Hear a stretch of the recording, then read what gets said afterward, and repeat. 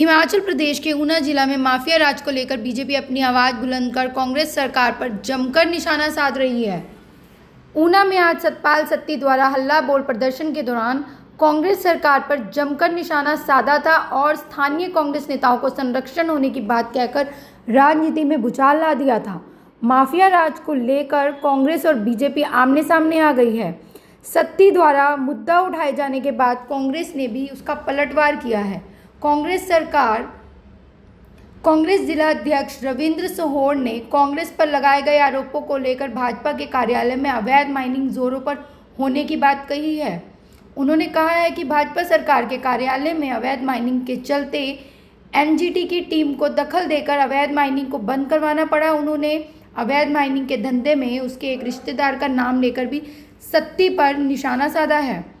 उन्होंने कहा कि भाजपा सरकार के राज में अवैध माइनिंग सबसे ज़्यादा हुई है और कांग्रेस के लोगों पर जुल्म ढाए गए। कांग्रेस ने सत्ता में आते ही शराब माफिया पर नकेल कसी है, जिसका सीधा असर भाजपा के नेताओं पर पड़ा है। इसलिए वह अनाप शनाप बयानबाजी कर लोगों को गुमराह कर रहे हैं।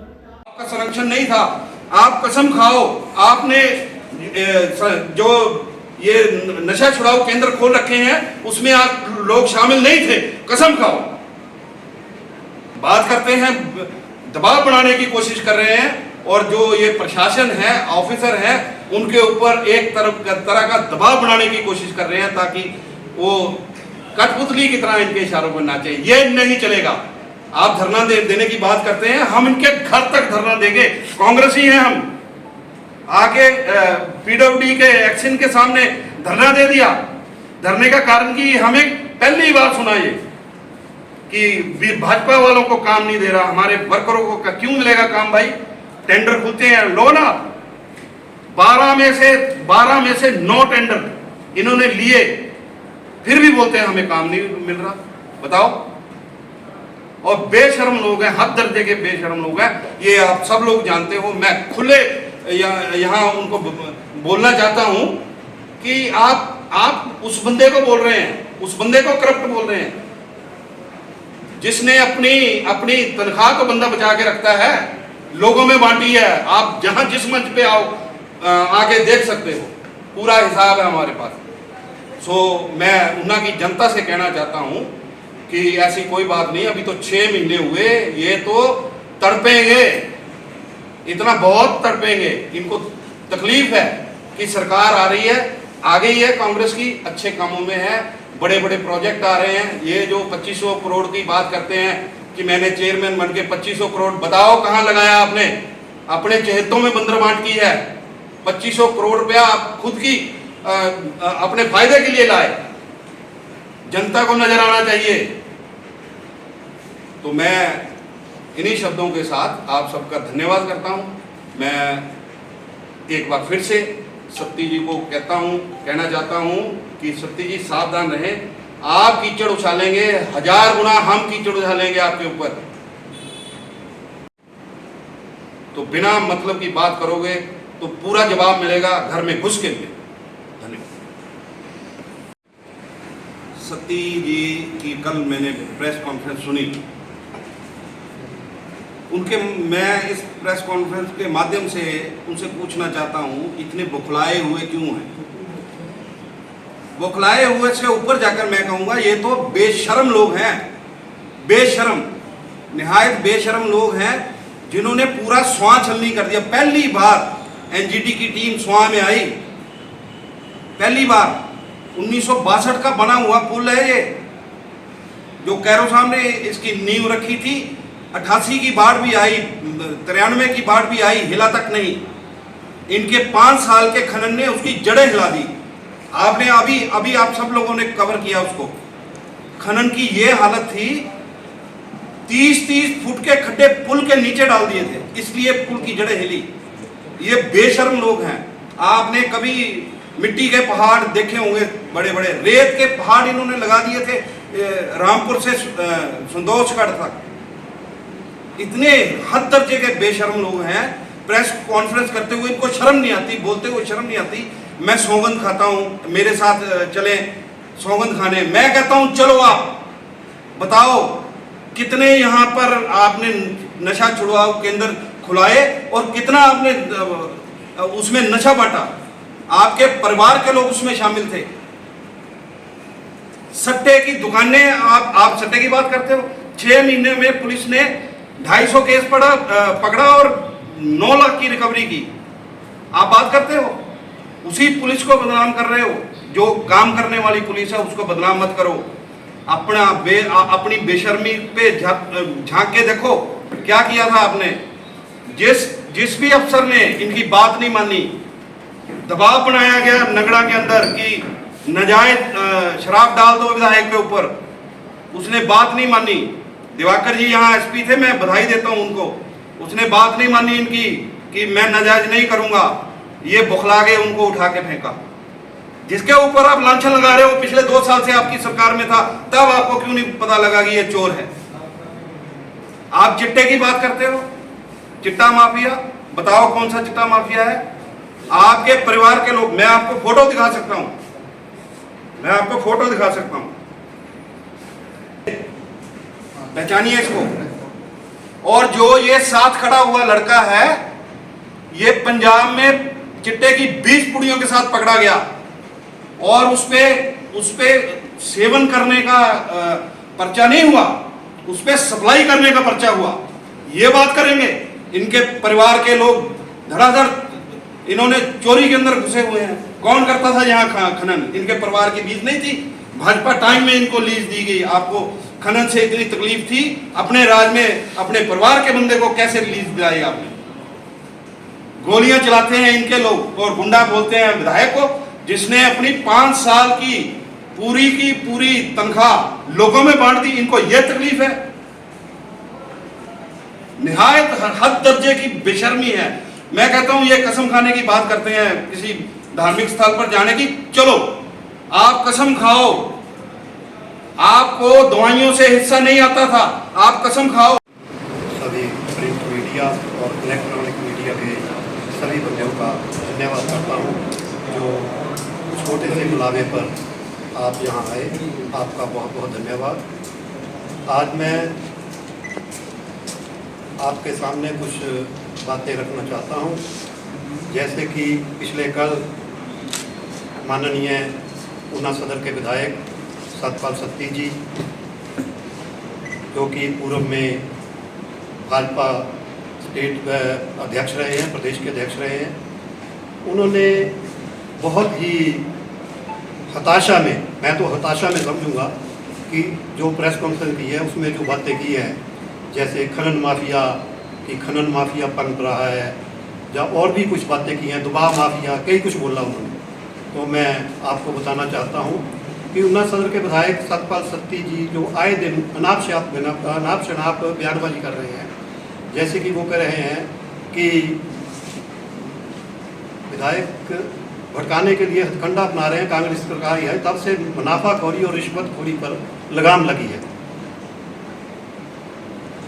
जैसे रेत माफिया की बात कर रहे हैं। रेत माफिया पिछली टर्म में, पिछले 5 साल में किसके इशारे पर काम कर रहा था और कितना खनन माफिया हो रहा था? वो कौन था मांग ठाकर जो पंजाब के बॉर्डरों पे 100 टिप्पर को बॉर्डर क्रॉस करवाता था? और उसके वीडियो भी वायरल हुए हैं जो कि कह रहा था कि आपका केस रफा दफा कर दूंगा, आप 2 लाख रुपया मेरे को चाहिए। और इसके अलावा कब एनजीटी की टीम पिछली भाजपा सरकार में आई सेंटर से, वो क्यों आई? क्योंकि उस वक्त पूरा खनन माफिया का बोलबाला था ऊना में, और उसका हिस्सा पत्ती जो था वो किसको जा रहा था? और सत्ती जी बताएं कि बनगढ़ और जखेड़ा में आईपीएस स्कीमों के पास जो खनन हो रहा था उसको छलनी किया गया, वो किसके इशारे पर किया गया? वो कौन लोग थे जिन्होंने फतेहपुर में विरोध करने वालों पर घर पर हमला किया? साथ में सत्ती जी का भतीजा भी शामिल था। और सत्ती जी बताएं कि उमंग ठाकुर को लोगों से पुलिस के साथ मिलकर घोटाले करने वालों की छूट किसने दे रखी थी? सरकार के समय जो रेत पंजाब ले जाया जाता था शरेआम, जिनकी रिकॉर्डिंग भी जगजोहर हो रही है, वो किसके इशारे पर हो रहा था? पूर्व भाजपा सरकार के समय नंगड़ा में उन्ना सदर की पुलिस में नाका लगाया था। एडिशनल एसपी खुद मौजूद थ्योरी टीम पर खनन माफिया के टिप्पर चढ़ाने की कोशिश किसने की थी, किसके इशारे पर की थी? कांग्रेस से जुड़े लोगों पर सरेआम मारपीट की गई। जयराम ठाकुर जी उन्ना आए, हमारे कुछ युवा कांग्रेस के कार्यकर्ताओं ने विरोध प्रदर्शन करने के लिए काले झंडे दिखाने की कोशिश की। सत्ती जी वहां खुद मौजूद थे और उनके इशारे पर हमारे युवा कांग्रेस के कार्यकर्ता पीटे गए। उनके खिलाफ एफआईआर क्यों दर्ज नहीं की गई, किसके दबाव में नहीं की गई? संतोषगढ़ में अवैध खनन करने के विरोध में युवक के घर में घुसकर माफिया ने गोली चला दी थी।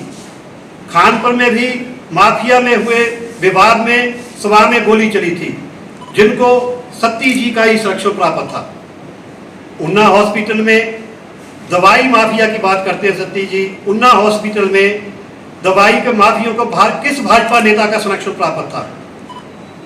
क्लिनिकल एस्टेब्लिशमेंट एक्ट की फाइल साइन करवाने के लिए 2 भाजपा के लोग अस्पताल में दंडनाते थे और सीएम ऑफिस के से दबाव बनाकर नियम ना पूरे होने पर भी अनुमति ले जाते थे।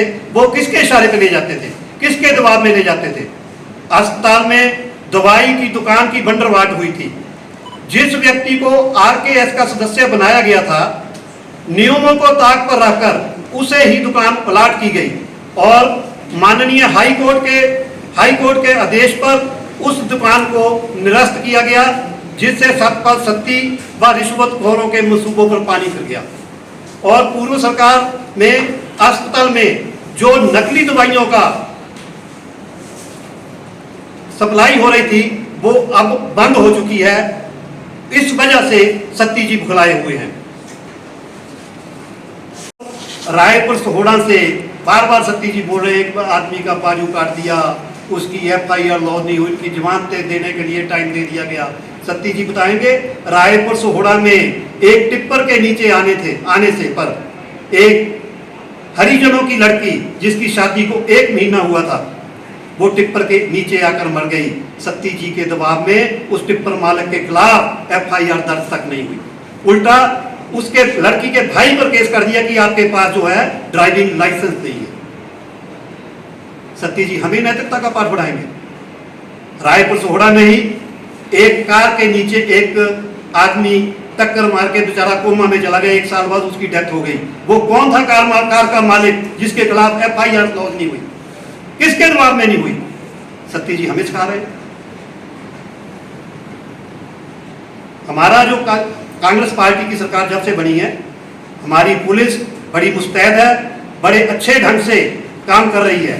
सत्ती जी कल बोल रहे थे कि 3 महीने पहले हमने उनको बदला था, रजादा जी वापस ले आए।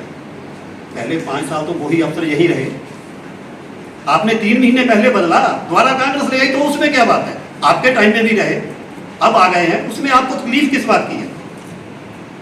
तो संयम रखें, सत्ती जी इतना बुखलाए नहीं।